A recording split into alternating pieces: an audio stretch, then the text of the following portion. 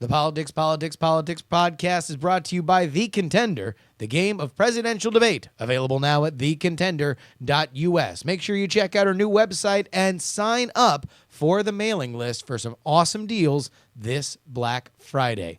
thecontender.us. Also, the Politics podcast is brought to you by patreon.com/JURY. That's where you can support this show directly, as well as my one mic show, Jury. Go ahead and check it out. Patreon.com/JURY. Politics, politics, politics, politics, politics.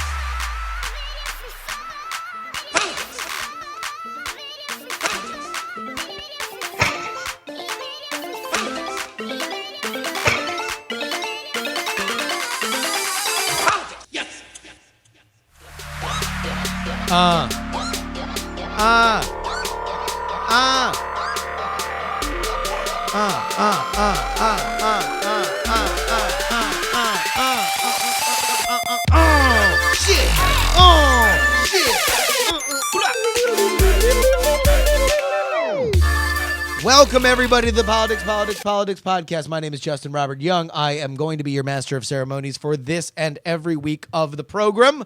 And this is a very busy time in politics. And also really a not that interesting time. We're in a very weird transitionary period because we came off by the numbers what was the most exciting and well-watched and engaged in early season primary season ever. Right? You had a lot of confluences here. You had the rise of the Bernie Sanders. You had the possible faltering of the Hillary Clinton. You had the implosion of the Jeb Bush. You had the rise of the Trump, the rise of the Carson, the rise of the Fiorina, the rise of the Rubio. And now we're just kind of in, we kept pulling that trigger and we kept getting bullets that came out of the gun. And then we pulled the trigger one more time, and now we're kind of out of clicks. Sanders kind of rolled over in the first debate against Hillary. Hillary kind of has acted more competent than she was. We have the, Trump is still Trump. He's still bombastic, but he's just kind of the same guy. And I think that played through in the GOP debate this week where, it's not like he's going to say stuff that's going to surprise you. Carson had befall him what happens to most private citizens who decide to run for president when they realize that they might not be vetted enough or they have to deal with questions from their past. You had pretty predictably, some media outlets really go hard against Carson. Fiorina's kind of proven to be a bit of an empty pantsuit, and Marco Rubio might be a guy, but that's really more of a long-term situation. So what do we focus on? When the land is barren and dry and there's no way I am going to, we're going to talk about the political ramifications of the absolute horror show and tragedy in Paris over the last 48 hours. When this show, which focuses on the fun elements of what is the most bizarre winner-take-all horse race in the history of Western civilization, what do we do? What do we do when all the fun has been sucked out of this election? Well, I'll tell you what you do. You look up to the heavens and you say, God will provide. Because this weekend, specifically this week, we got vintage Donald Trump. Vintage Donald Trump. This man went out to Iowa. Where was he? Donald Trump in Fort Dodge, Iowa. I know it's Fort Dodge, Iowa, because the video that I'm going to play the audio from has his little placard in front of his lectern, except Fort Dodge, Iowa, is written out without a space between Fort Dodge and Iowa. It is Fort Dodge, Iowa. Fort Dodge, Iowa. Now, what makes Trump being Trump stand out? When is it that what he is saying is not only bombastic and over the top, but unique enough for me to bring it to you on this show and say, hey, you really need to pay attention to this speech? That's a good question. Go ahead and ask yourself that out loud. I'll wait.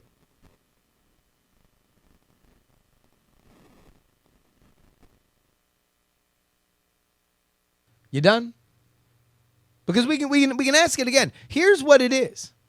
If you're wondering, this is one of the most. I mean, so I've mentioned before on this show that Trump doesn't have a stump speech. What happens is, for a lot of presidential candidates, they work on a stump speech. This is something that they say from campaign stop to campaign stop. Trump very, very obviously does not have one. He might have a list of things he wants to talk about, and then he just riffs on them, but he does not have a well-practiced stump speech. Now, normally, what do you want in a stump speech? You want to hit all of your political messaging points. You want to have a little bit of flexibility so you can respond to the news of the day, and you want to make sure that you are saying what the crowd that is sitting there wants to hear. Trump really only has an enemies list. The list of things that Trump wants to talk about are the people that he doesn't like. He's a remarkable person when it comes to understanding who he believes to be in his way, because he is very quick with it and he is pitiless in his response to it. So he goes out to Fort Dodge, Iowa this week and gives one of his trademark over-the-top ridiculous stump speeches. Now, what makes over-the-top and ridiculous? It is extraordinarily long. It doesn't really seem all that coherent. There are no unifying themes throughout it, aside from we don't win anymore, we need to win, I'll make America great again. And of course, the one unifying part of every single Donald Trump speech, which is how great Donald Trump is.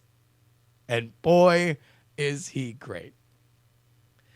So this is an amazing speech, and I very much recommend that you watch all of it. I'm going to put it up in the Patreon, and if you're watching this on YouTube or SoundCloud or listening to it, however you do it, I'm going to put the link to this in the in the description. But apparently, he was supposed to come out, talk for about an hour or 45 minutes to an hour, and then do Q&A. He has tremendous crowds come out and see him. He's a very popular candidate. And again, he has regained his lead in most polls in Iowa. He doesn't take questions. He just talks for an hour and a half. 95 minutes. Now, people have called it a tirade, which, I don't know. I don't know what the line of tirade is. I don't know if Barack Obama went 95 minutes off the cuff, it would be different than if Donald Trump goes 95 minutes off the cuff. I think that Barack Obama is an actual politician. He is actually somebody who has a sense for messaging and how to handle this kind of stuff, where Donald Trump really does not. But let me just point out to you guys a few things that I found to be amazing. He gets up on stage. This is about 30 minutes in. At some point, somebody hands him a book to sign during the speech. This is very weird. Very weird that he would stop during the speech to pick up a book and sign it, or at least to dwell on it, because this dude has the book in his hands for a solid 15 minutes of this speech. And because he is full of nothing but digressions, this speech keeps going in all these different directions, including at one point he's talking about how he took the picture for the book. He then, after signing the picture, signing the book, tosses it back to the person in the audience and has this to say. Right? Here you go, baby. I love you. Thank you. Here you go, baby. I love you. Thank you. This is, oh my God. I just need to play it again. He's the gift that keeps on giving. Here you go, baby. I love you. What presidential candidate has that to say? This is what he says right before that. India, we're beating anybody. We're not beating anybody. We don't win. We never win. We never win. We make equipment. We give it to our so-called allies. All right, that was a little bit before. Here we go. Let me see if I can get. To MacArthur. No, whatever happened to you? Thank you. Okay, so he then goes on in this speech to talk about how he knows more than most generals, brags about how he wrote about Osama bin Laden in a book that came out in 2000. Now, I'm, really just some mook who likes to follow politics and foreign policy. It was not uncommon to hear Osama bin Laden's name in 2000. There was a reason why we knew almost immediately when the planes hit the towers on 9/11 that Osama bin Laden was behind it. I remember reading articles about the very troubling heroin trade out of Afghanistan for months before 9/11. So he brags about that. He then goes into the bread and butter of a Donald Trump stump speech. The Trump stump, if you will.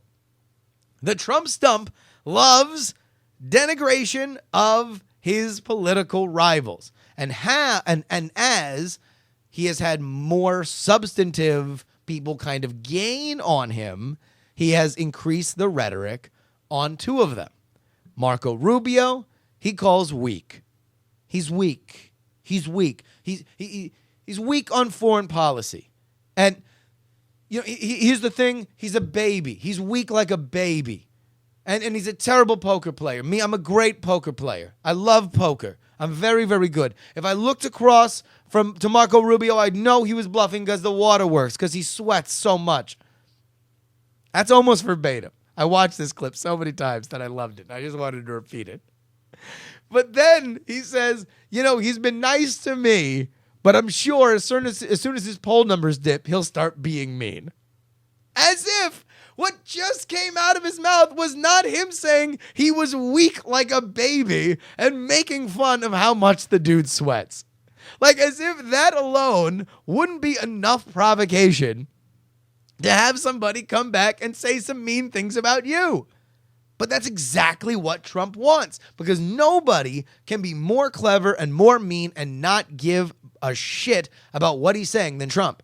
All these other people, including Ben Carson, have more of a legitimate political future than Donald Trump does. So if he drags them into a name-calling game, he doesn't care if he nukes the field.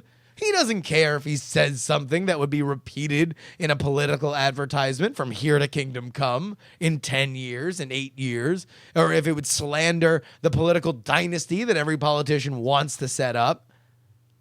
No. He just wants to call somebody a weak baby that sweats a lot.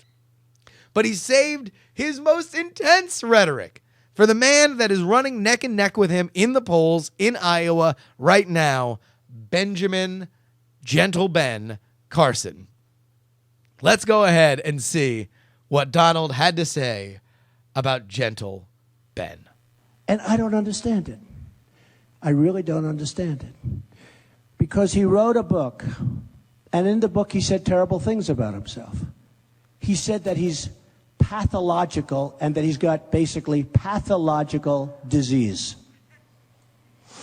Now, he wrote this, I guess, before he was running for office or thought that he was running for office.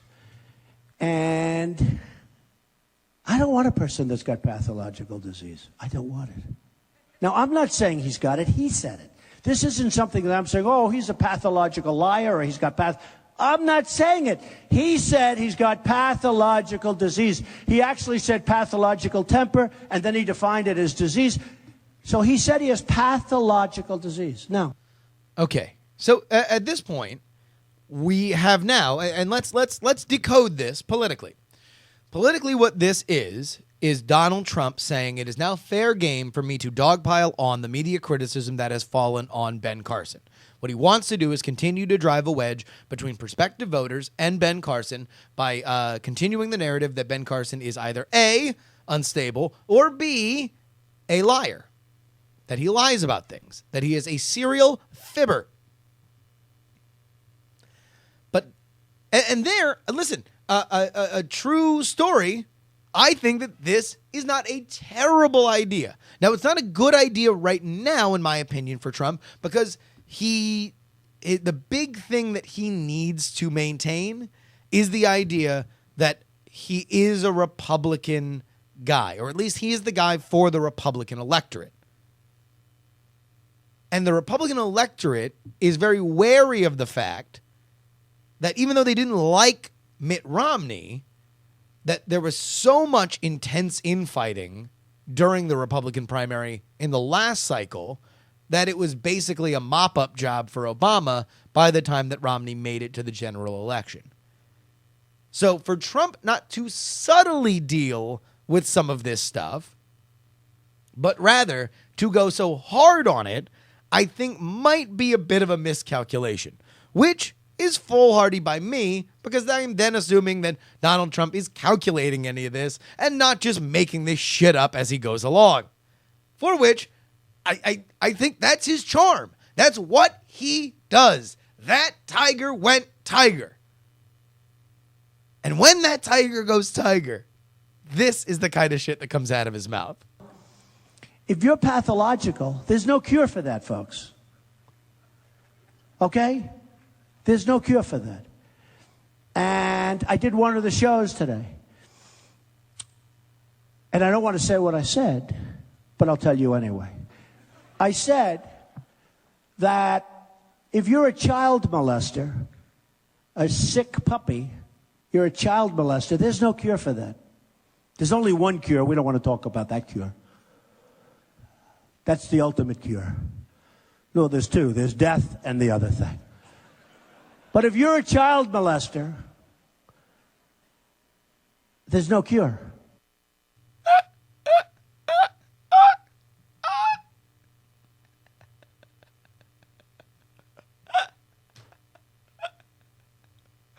Oh my God.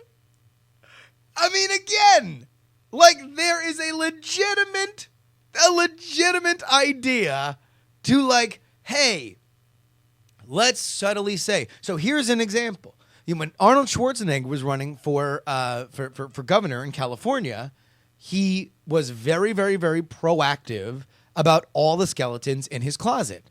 And he would aggressively do interviews in which he would make very, very clear what he has done and what he hasn't done.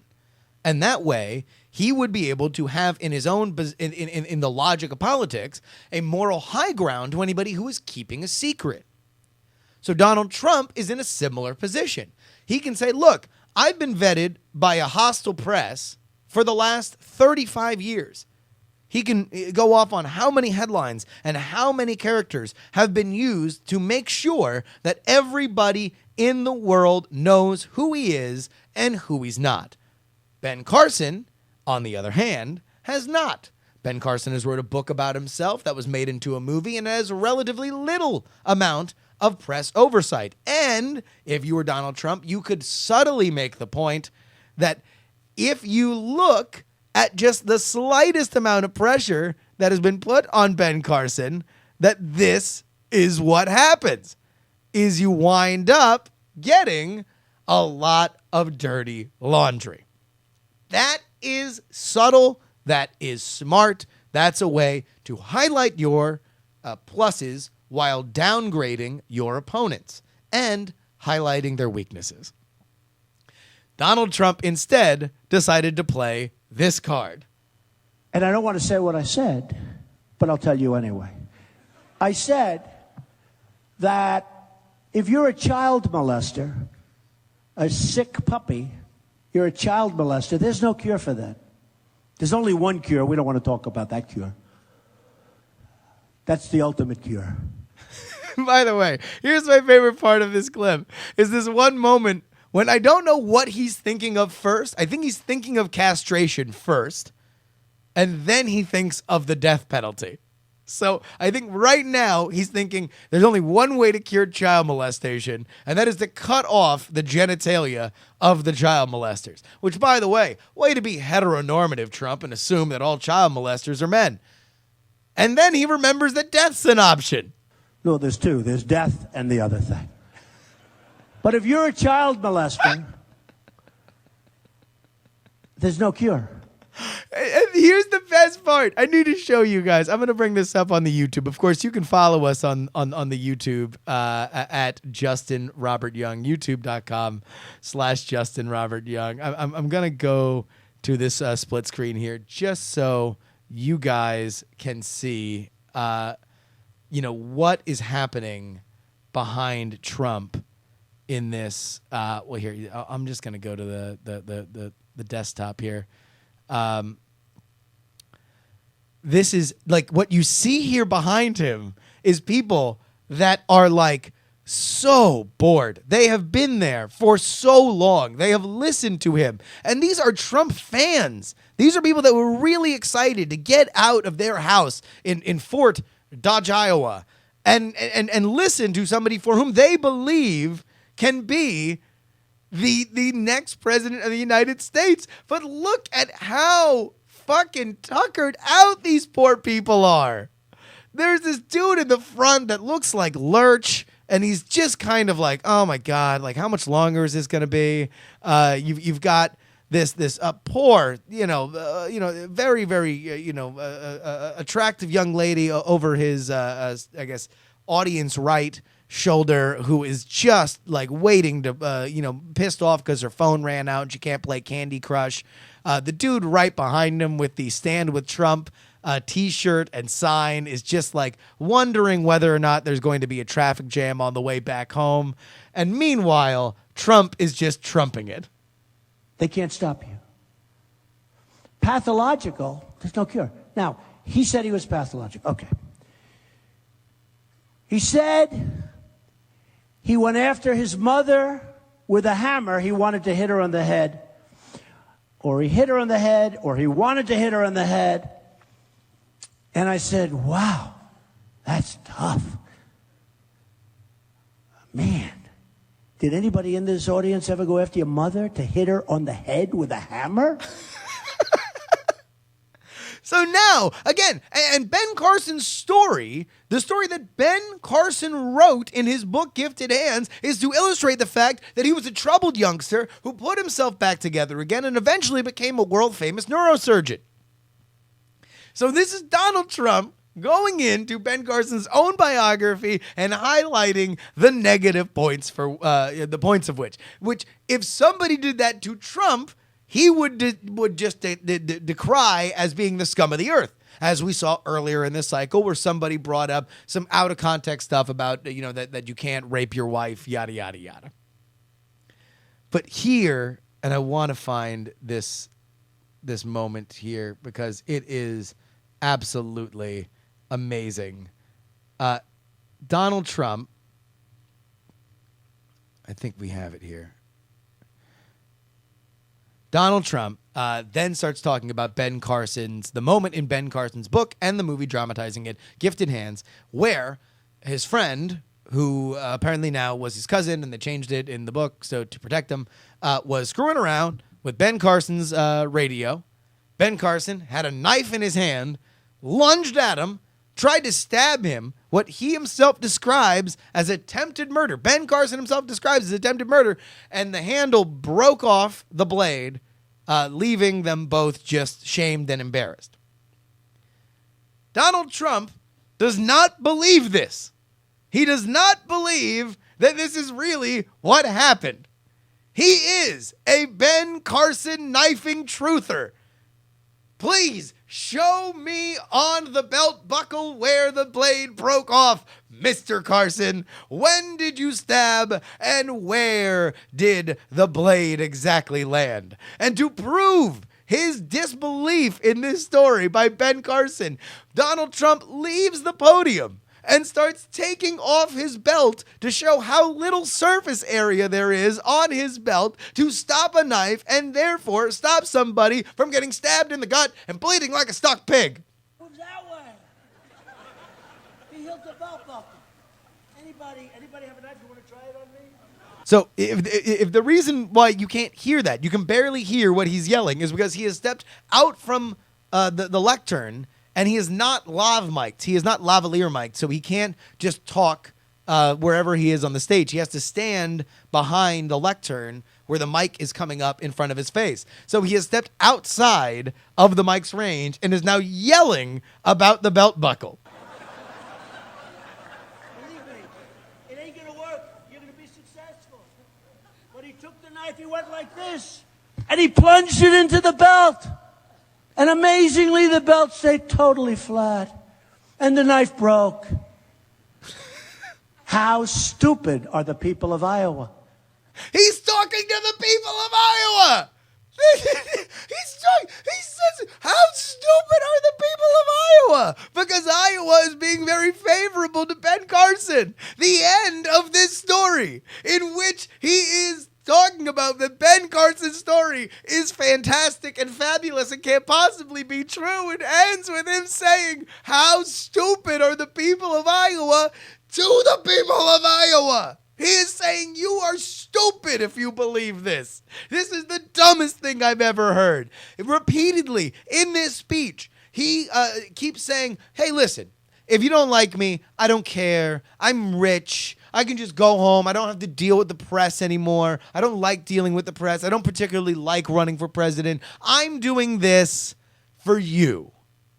I'm doing this to save our country because they can't do it, meaning the other politicians, and you can't do it, meaning the electorate. So I, being the picture of American exceptionalism, will be able to blow up the system and then leave it forever changed. Let's just go back. One more clip here. How stupid are the people of the country to believe this crap?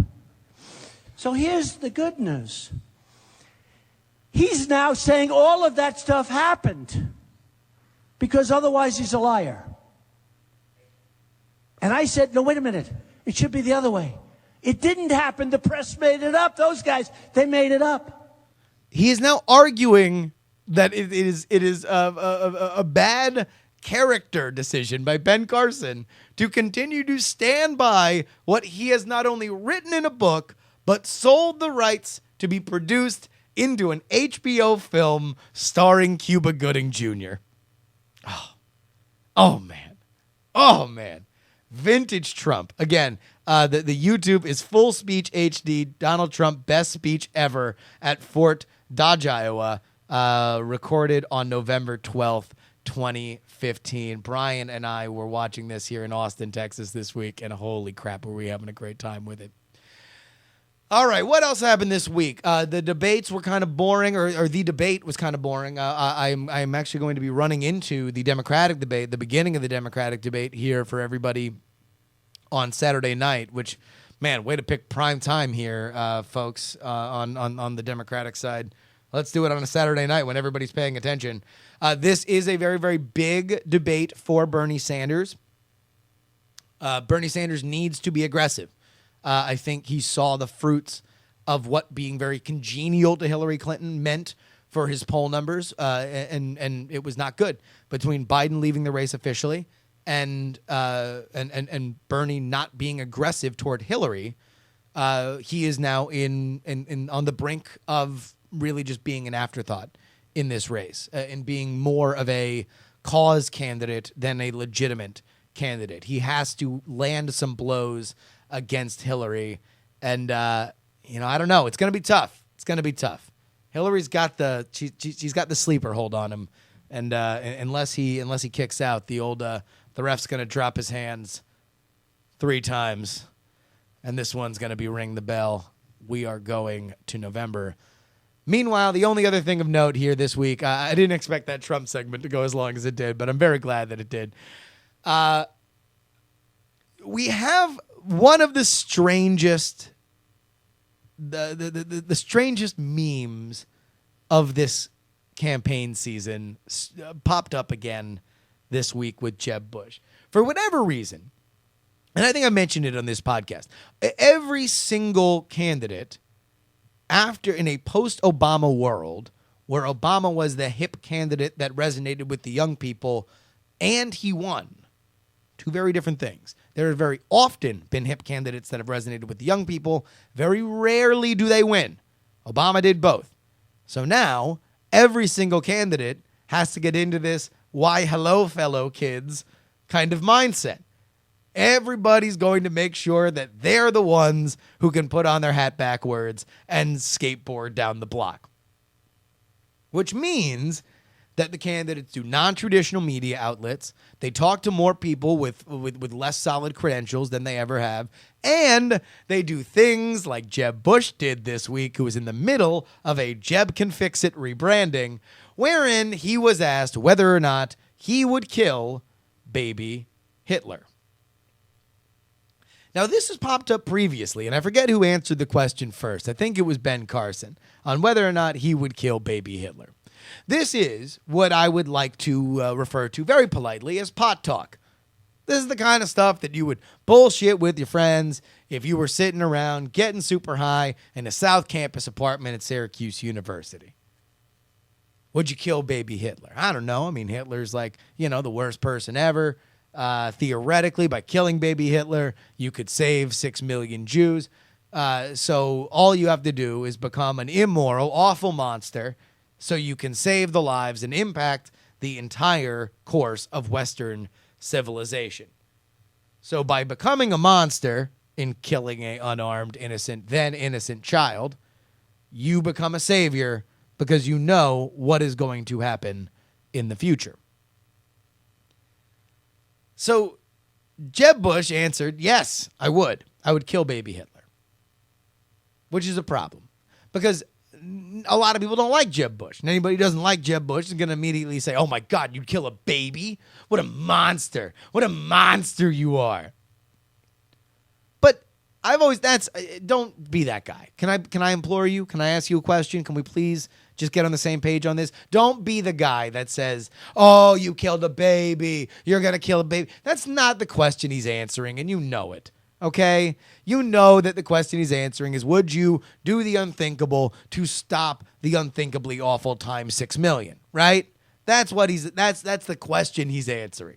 Don't be the person who, while your friends are arguing whether or not Pete Carroll should have thrown on third down in the Super Bowl or ran with Marshawn Lynch on the 1 yard line going in to win the whole championship, I don't know. Why do we even play football? Like, don't be that guy. There's an A-B argument going on, pass or throw. Don't come up with the random third off-the-board option. Jeb Bush was saying, would you make the tough call to kill an embryonic monster so he did not murder 6 million people? Fine, whatever. It's a crazy question. I have no idea why we're asking it. I have no idea why Jeb is answering it, but he does. But here's what's remarkable. Then, after this story starts to get legs, Jeb goes to his Twitter and doubles down, finds a link to the article featuring his question and answer about killing baby Hitler, and in the quoted feature of his Twitter account says, gotta do it. Gotta do it. No brainer. Hey, listen, bro, gotta do it, man. Gotta do it.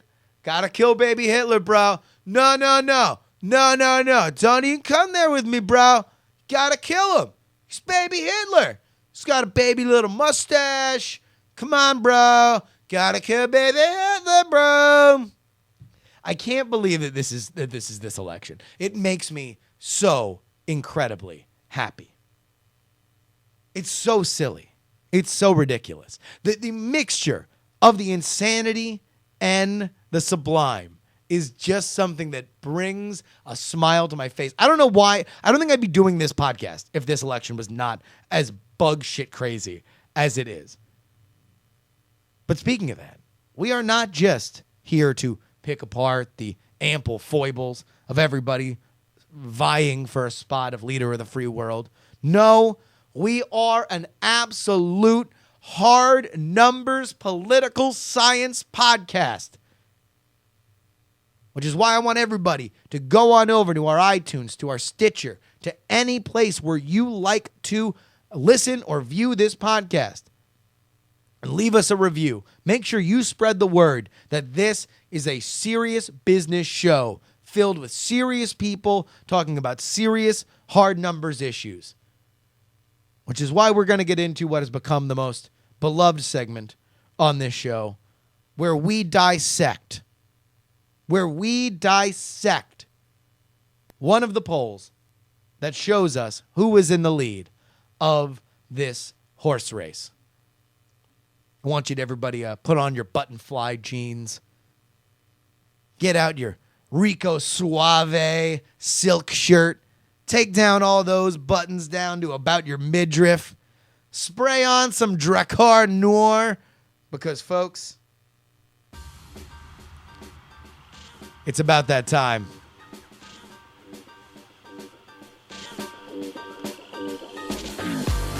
We are going to take a look at a state of the race in a segment I like to call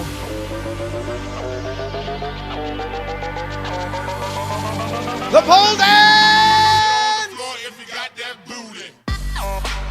This poll comes to you from the CNN ORC and details the GOP candidates in Iowa. Released on Friday, November 6th. Gathering together with 2%. Let's welcome to the stage Lindsey Graham, Mike Huckabee, John Kasich, and Rand Paul. Come on, give them a round of applause. By the way, unclear on where they are because they missed their shift tonight, not getting a single percentage point. George Pataki, Rick Santorum, and Jim Gilmore. Let's make our way to the center stage. 3%. He might be big bone, but it's more cushion for the pushin'. It's Chris Christie. Let's get a little bit of that down home cooking. How about Bobby Jindo at 4%? She's got a smart haircut, but there ain't nothing dull about them hips. How about Carly Fiorina at 4%? 5%. He might be willing to kill baby Hitler, but he's also willing to slay that ass. It's Jeb Bush. He might be on cruise control at 11%, but he's still in the fast lane to that puss. It's... This segment officially just got too ridiculous for me. It's Ted Cruz.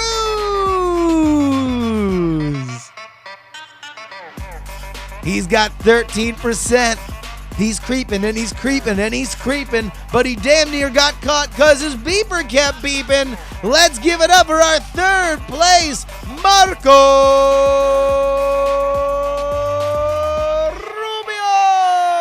Rubio. Dale. But it's a two-man race for the top.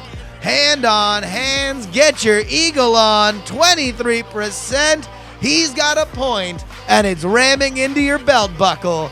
It's Gentle Ben Carson. Oh, wait, we ran out of the... Wait, we need another song. And finally, the one, the only. He is willing to call you a child molester. He's willing to call you a baby. He's willing to sign your book because he, in his own mind, is going to be your next president. It's Donald Trump! Bump that Trump. Bump that Trump. Bump, bump that Trump. Bump, bump that Trump. 25%, up from 22% on the last poll taken August 7 to 11, 2015. Again, we are looking at the CNN ORC poll interviews with 2009 adult Iowans conducted by telephone by ORC International October 29th to November 4th, 2015. The margin of sampling error for the results based on the total sample is plus or minus 2 percentage points. Of course, everybody, if you want to support this show, patreon.com/JURY. I cannot thank you guys enough over the last few weeks. This has been an amazing experience ever since I officially quit my job and I have set off on making this internet content for you guys full time. I had my last full week of travel this week. So from here on out, if the shows suck, you can definitely just blame me. Meanwhile, thank you guys for supporting us. This means the world to me. It means the world to Ashley. It means the world to Dr. Milo and Cooper, the three birdmen of the apocalypse. So if you want to kick in a few shekels, please go ahead and do it. Patreon.com/JURY. And something to clear up for people, because I got a few questions about this. The Politics podcast is free for you if you support the jury, the jury Patreon. Or think of it as you are paying for the Politics podcast, and you get the jury show for free. The long and the short of it is that I am not charging you for the Politics podcast and the jury show. It's just going to get charged by the jury shows that come out. If you're familiar with how Patreon works, you get charged per episode. All the Politics podcasts are free for you. So you are only going to get charged whatever your charge is. It's going to be 4 times a month. It'll always be 4 times a month. It will never go up above that. Thank you guys for helping me out with that. But that means we are ready to get into emails here. Rishi from Ann Arbor writes, thank you very much for the Politics podcast. It's very refreshing, fun political podcast when otherwise all I had for fun political podcast was forcing myself to laugh at word puns on NPR shows. So NPR's got another politics podcast that just relaunched? Huh? Come on, bro. How willing are you to kill baby Hitler? I mean, I feel like it's about time y'all answered. I'm willing. This podcast, so willing to kill baby Hitler. Kill him deader than you can. So you know, bro.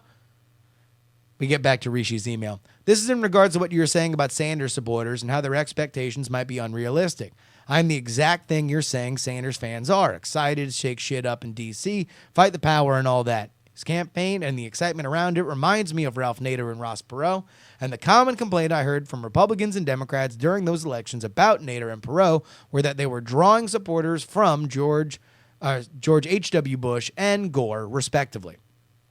I was wondering what your opinion is on that argument. If you're a real /Democrat or Republican, then you should support the main base's nominee as opposed to the fringe candidate, which gets you excited because you have unrealistic expectations about your candidate, so your vote for them is a waste. So this is a very, very, very good question. And I think it boils down to how much you are voting on your own principle and how much you are voting to be on the winning team. And I'm not looking down on either of those. If you are looking to be on the winning team, then yeah, you're wasting your vote if you vote for the fringe candidate, even if you agree with them more. If you are voting on principle because you believe that it is demonstratable throughout political history that voting for third party or fringe candidates moves the main parties further to where your political opinions lie, then it is incumbent upon you to make sure that Gore loses against George W. Bush and that George H.W. Bush loses against Clinton in both of those examples with Nader and Perot, because that sends a clear message to the establishment parties that they need to start paying attention to the issues that those two fringe candidates represented. So I would say, if you're a Sanders supporter, you are literally the only people who can get any word into Hillary's campaign right now.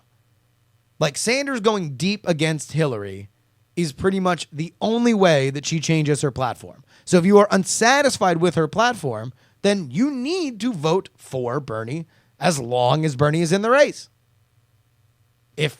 Even if you care that, or if you say, you know, no matter what, you're going to vote for Hillary against whoever comes out of the GOP field.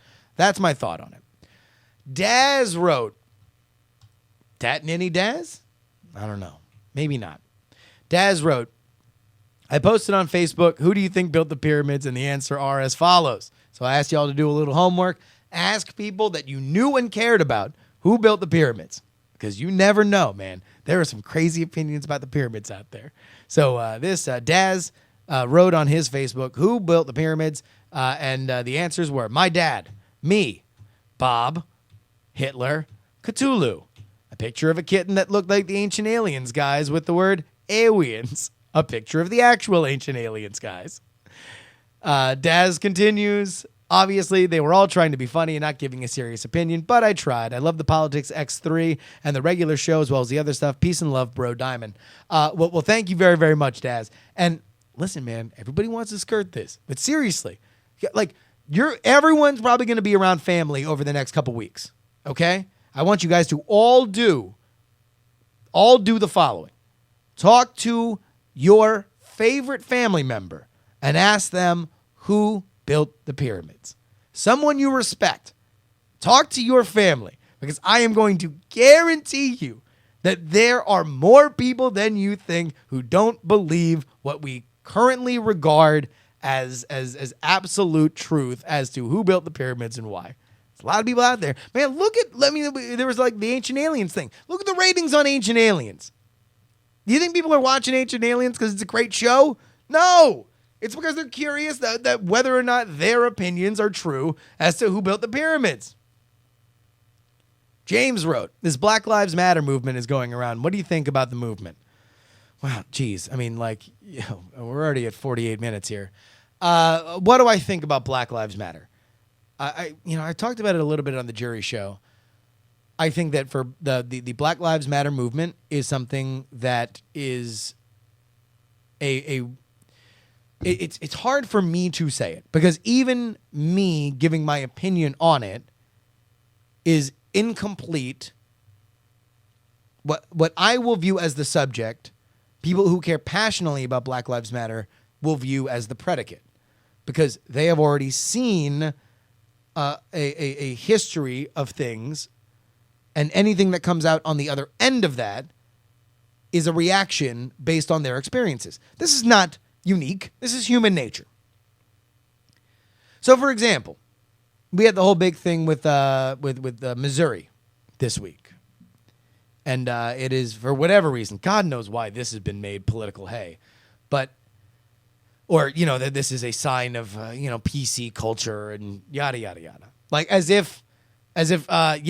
2015, student-run protests that try to oust university presidents. Yes, that was just invented now. Oh, curse you, millennials. Curse you and your collegiate protests, because that never happened before. Oh, no. How unique now in 2015. You know what? With their trap music and their Netflixing and chill and their college protests. Oh, the scourge of the crowd that is too young for Hey Arnold.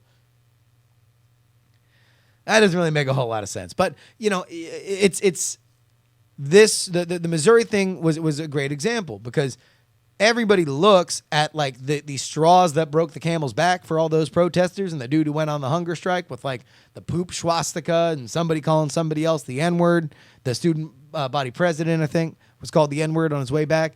And people look at that and say, all right, those are reprehensible, but seriously, a university president has to get ousted over that? Because again, you are looking at that, anybody who says that is looking at that as the subject. They are looking at those as isolated incidents, as opposed to the predicate, which is the punctuation on a series of negative encounters or perceived negative encounters by the people that are in the black student body of Missouri. I'm inclined to believe them, because I don't think that people go on hunger strike just for laughs.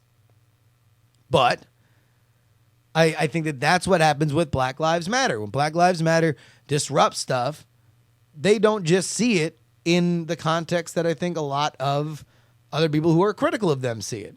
They see it as, hey, here's Bernie Sanders, who's shaken up the big political sphere, who's not afraid to speak truth to power, and yet has not had enough of a progressive message on race for Black Lives Matter. So instead of looking at that as, hey, he's the most sympathetic to your cause, they see Bernie Sanders at the point where they disrupted his speech as, really? Not even this guy? This guy, the guy who has nothing to lose, won't take an aggressive stance on race in his political agenda? No. You want to know what? We are going to show him what speaking truth to power means, and they break up his speech. Now, you don't have to agree with that. All I'm asking for you to do is just understand that there's a possibility that people see things differently. And I think Black Lives Matter see things very differently in terms of the justification for what they go after than a lot of their critics do. That's fine. So what do I think about it? I think that it is. It's certainly done a great job of getting the word out. I think it's certainly great branding. If we're going to get super clinically political about it, I think Black Lives Matter is. I mean, that's a hell of a name, and it says everything they want to say. It has that non-violent kind of a tone to it. It is not aggressive. It just says Black Lives Matter. It's great branding. Ken writes, I was reading about Ben Carson's attempted friend stabbing when it vaguely reminded me of a Cuba Gooding Jr. movie I watched once while trapped in my in-laws' house. Turns out I was watching Gifted Hands, the Ben Carson story. Mind blown. Which brings us to, we had a poll here for you guys. bit.ly/P 3 extra. 2 weeks ago, I did an extra episode for you guys. I'm going to do an extra episode for you guys this week. And you have your choice. I can do a running commentary on the Democratic debate that's happening tonight. I can do a running commentary on the GOP debate that happened earlier this week. Or I can do a running commentary on the Ben Carson movie starring Cuba Gooding Jr., Gifted Hands. You guys decide. I'm going to probably do it on Monday or Tuesday, so you don't really have a ton of time to vote. But get your vote in. bit.ly/P 3 extra. All right. That about wraps it up for this episode of the Politics podcast. If you would like to support the show, again, patreon.com/JURY. You can email us, justinrobertyoung@gmail.com. And, of course, buy The Contender. Pre-order it. thecontender.us. Get your orders in now if you want to get it before. Okay, listen, I'm not going to make a ton of promises, but there is a possibility that these things might get to you before Thanksgiving. But if you want it before Thanksgiving, if you want a chance at it before Thanksgiving, you're going to need to get your pre-orders in now. They are rolling off the press this week. thecontender.us. Please go ahead and check out our brand new website launching tomorrow. Of course, the music provided by Valesco and Trop Killers. And, of course, follow me, Justin R. Young, on all social media. Until next time, ladies and gentlemen, there's politics, and there's politics, and there's politics. But this is politics.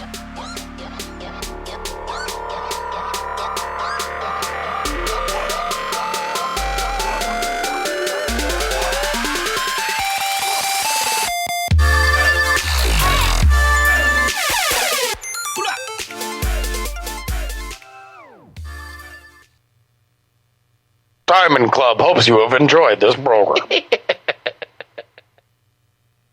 Diamond Club hopes you have enjoyed this program.